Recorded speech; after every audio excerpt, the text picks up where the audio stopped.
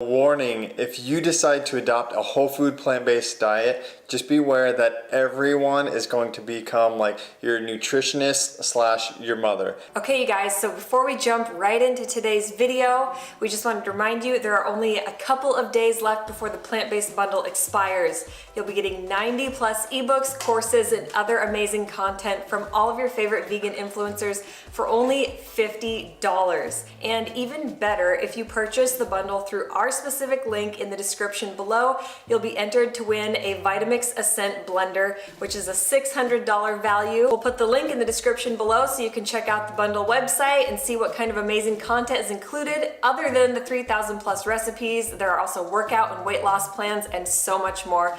Jump on it before the offer expires and it goes away forever. If you guys like fruits and veggies, give this video a thumbs up. This is our spring food haul. This is like 2 shopping carts worth of groceries. For whatever reason, we needed a whole bunch this week, and we thought, well, let's just shoot it and show you guys what it is that we get every week from the grocery store. Not only are we gonna walk you through what we eat throughout the week, we're gonna talk to you a little bit about how to make sure you're getting exactly what you need on not just a vegan diet, but a whole foods plant-based diet. Yep. If you decide to adopt a whole food plant-based diet, everyone is gonna be so worried about, number one, where do you get your protein? So we're gonna answer that question first. Welcome to planet Earth. Every single plant food on the planet has protein, some more than others, but if you're getting enough calories throughout the day, guaranteed you're gonna be getting enough protein. So protein, why do we need it? How much do we need, and what are some good sources? So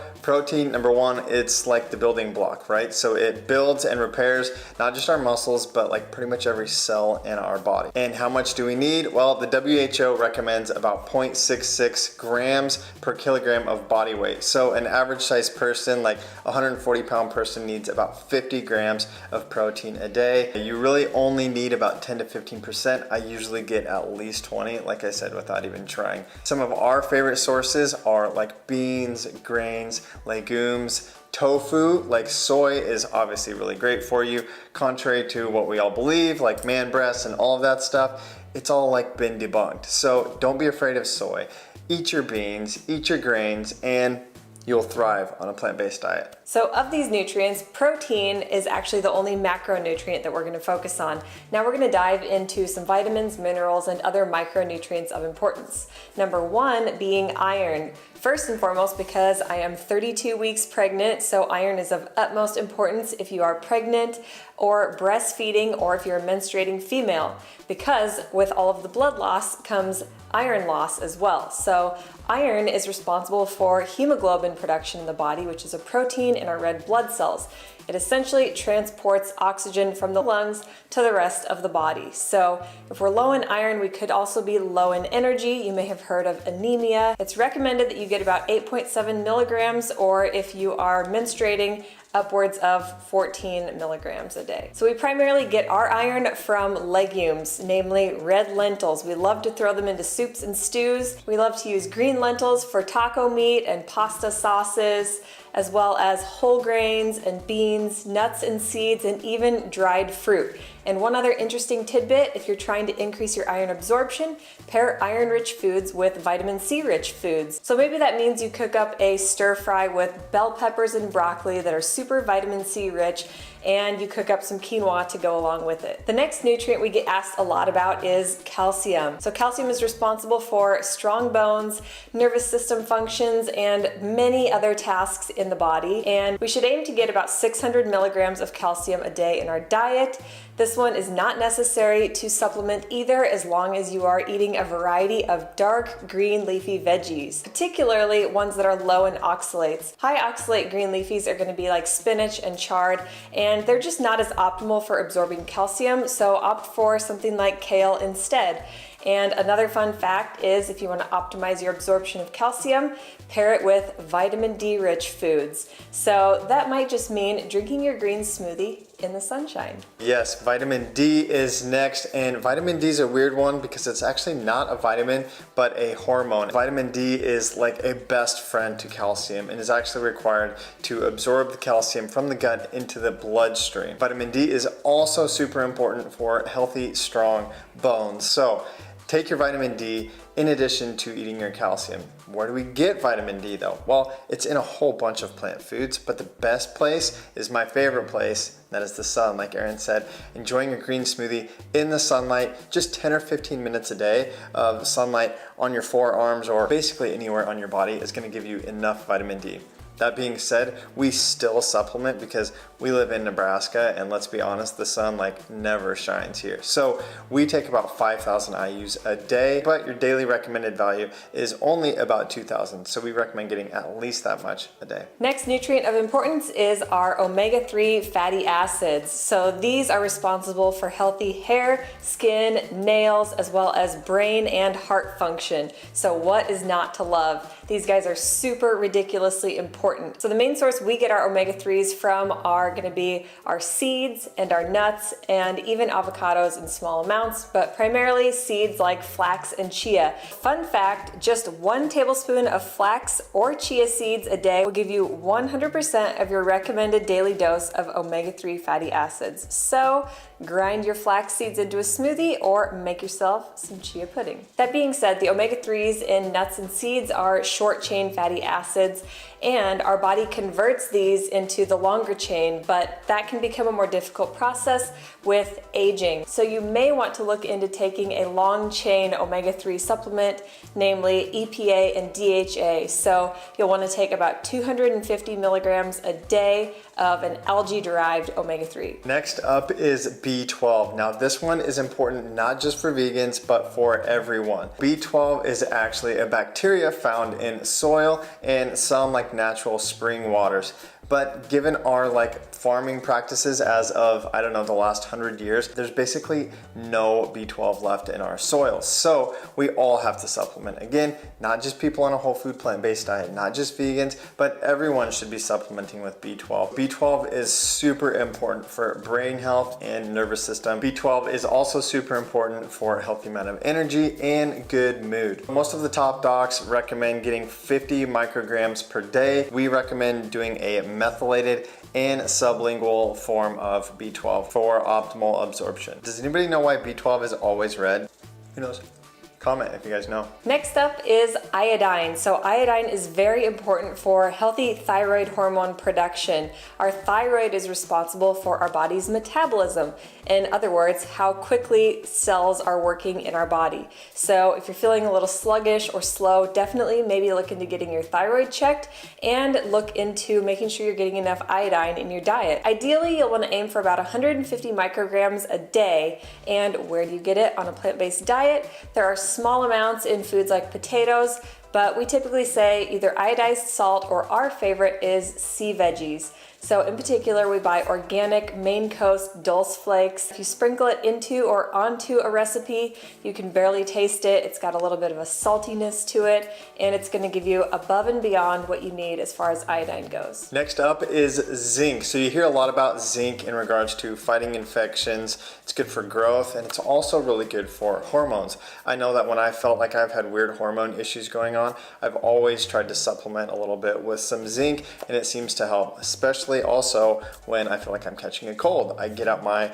zinc sprayer or eat a big pile of pumpkin seeds to get my zinc. Most docs recommend that we get 7 to 10 milligrams per day, depending on if you're male or female. Men typically need just a little bit more. And our favorite sources are, like I said, pumpkin seeds, number 1. It's actually also found in tofu, lots of beans, lots of nuts, and other seeds too. Also, most whole grains have a lot of zinc, and chickpeas are an excellent source. After zinc, next up is selenium. So selenium is also very important. Like many of the things we've mentioned, it's important for hormone, reproduction, and thyroid health. And again, like all of these foods, it's important in protecting the body from damage from free radicals. There's a very simple whole food hack, and it is Brazil nuts. So 1 Brazil nut is like exactly 100% of your daily recommended value. Erin actually puts 1 in our smoothie every day, so we're covered. Every once in a while, I just eat a handful anyway because they're good. So really quick, we're just gonna go over a couple of key vitamins, namely A, C, E, and K. So vitamin A is great for your immune system as well as your vision. So we primarily get vitamin A from carotenoids, which are found in our orange fruits and veggies like oranges, sweet potatoes, butternut squash. It is then converted in the body into vitamin A. Another fun fact, if you want that golden glow to your skin tone, make sure you are eating plenty of those orange-hued foods. Vitamin C is literally found in like everything. It's very easy to obtain through your plant-based diet. It's responsible for healthy immune system function, as well as growth, repair, and development of tissues, and collagen production. So something as we begin to age, we begin to think about more and more is healthy collagen production. We don't need to consume collagen from animals. We just need to be consuming collagen promoting plant foods instead, so our body can work on really producing its own youth and vitality. It's also important for cartilage, which equals healthy joints. So my favorite sources other than citrus like lemons, limes, and oranges are berries, which I literally eat every single day. Again, keeping in mind that vitamin C also is going to help with your iron absorption. Next up is vitamin E, which is great for skin health, eye health, and immunity. So as a mama-to-be, I'm always slathering on the vitamin E oil and making sure I'm getting plenty of it in my diet to keep my skin soft, stretchy, and supple.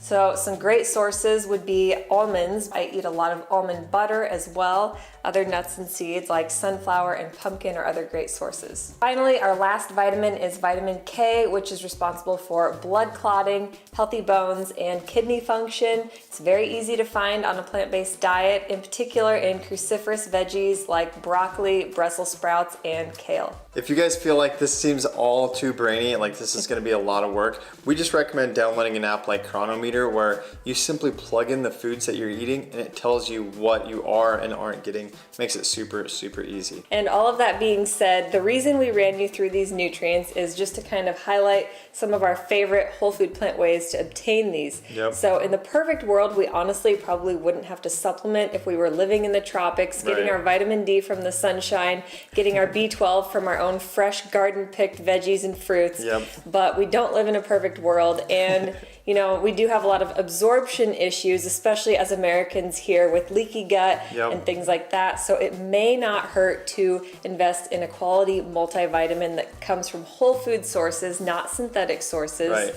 You know, and even for me being pregnant, it's important to be on a prenatal just as a safeguard since I am growing a human. Totally. So we've gone through phases of like no vitamins except for B12 and other phases of multivitamins or, you know, dabbling here and there with supplements. Right. But the overwhelming majority of our nutrition is coming from these foods that we're going to walk you through right here. Starting over here on this side of the island, I would say one of my favorites is pineapple. We always keep at least 3 on hand because we like to munch on it chopped up, but we also throw a lot of it into our green smoothies.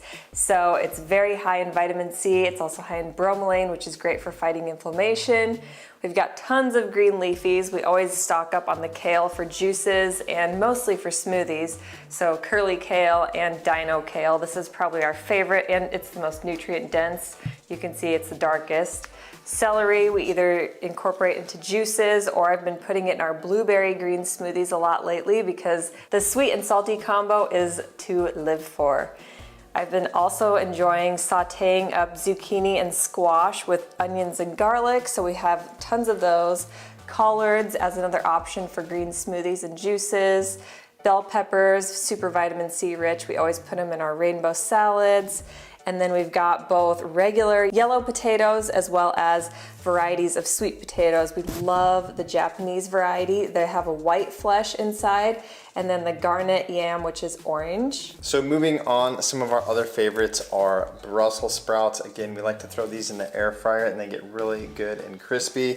Another thing that we use probably 2 or 3 times a week is cauliflower. We're always putting cauliflower in our soups, our stews, our Indian recipes. And then carrots. We eat carrots by the bushel. We love munching on them, dipping them in hummus and and guacamole as opposed to like salty and oily chips. Most importantly in our whole food plant-based diet are carbs, okay? So we literally buy cases of bananas and this is like $25, so it's super affordable. We have bananas for about 2 weeks, so we eat some of these and then we freeze the rest and make smoothies again. Like I said, usually lasts us a couple weeks.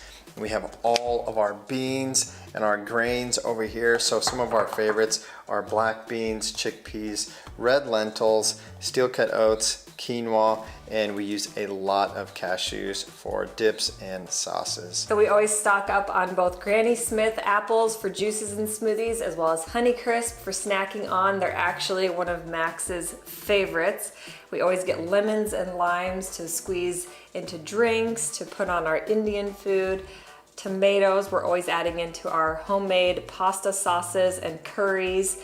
We've got mangoes. Sometimes we get lucky and they're ripe and just super juicy and good to cut open and enjoy as is, as well as tons of these little fresh mandarins, especially for Max. Bigger oranges for us to snack on. Cucumbers, these are always primarily going into our green juice recipes. We get the yellow sweet onions to saute for cooking all kinds of soups and stews. More bananas that we'll leave on the countertop for eating fresh, but most of them are going in the freezer. Asparagus has been a spring favorite that we've been sauteing up a lot. And then my primary source of enjoyment for snacks during the day is fresh berries of all types. They're one of the most antioxidant rich sources of plant food, so tons of berries. So at the checkout today, I was talking to the guys who I'm like best friends with because I'm there all the time. And they were actually saying that the people that buy like packaged foods spend like sometimes $800 a week. Like they see the same people coming through. That's insane. And I thought we spent a lot, but yeah, like they were like, man, you guys buy so much produce and like nothing packaged. And so that made us feel good, but it also makes us feel good that we're actually not spending as much as some people do. Not to mention that if you go to the deli counter or the fresh seafood counter, it's Right. going to be ridiculously expensive and imported as well. Totally. And just simply not as healthy. And we've Right. gotten this question a lot. What would you stock up on as plant-based vegans in a food shortage situation? Totally. Well, these we don't buy every week. These last a long time. They're very Totally. shelf stable, high in all of your major proteins and irons and nutrients we just went over. Yeah. So it's going to be a lot safer to actually stock up as a vegan than a meat eater. So if you guys like this video, definitely go back and watch our other food haul videos. We've got at least 3 or 4 in there. And give this video a thumbs up, subscribe to our channel if you aren't already, and be sure and hit that bell to stay notified when we post new videos. Another fun video that's one of my favorites is our plant-based food pyramid video, as well as our Dr. Greger's Daily Dozen video. So we've got tons of resources for you guys. We'll link them below in the description. Ask us any questions in the comments. Let's get a conversation rolling. And until next time, follow Dusty and I on Instagram daily at dbstanzik, at Erin Stanzik, and EatMoveRest, your best. So you guys only have through the weekend to buy your plant-based bundle and be entered to win this Vitamix blender. We'll include the link in the description below. There are 3 things we all do every day, and we could all be doing them better. Eat, move, and rest. We're Dusty, Erin, Max, and Bo, and we're the Stanziks. Join us every week as we blend, chop, juice, run, lift, ride, and master our minds on the ultimate quest to find better balance, deeper connection, and true happiness within.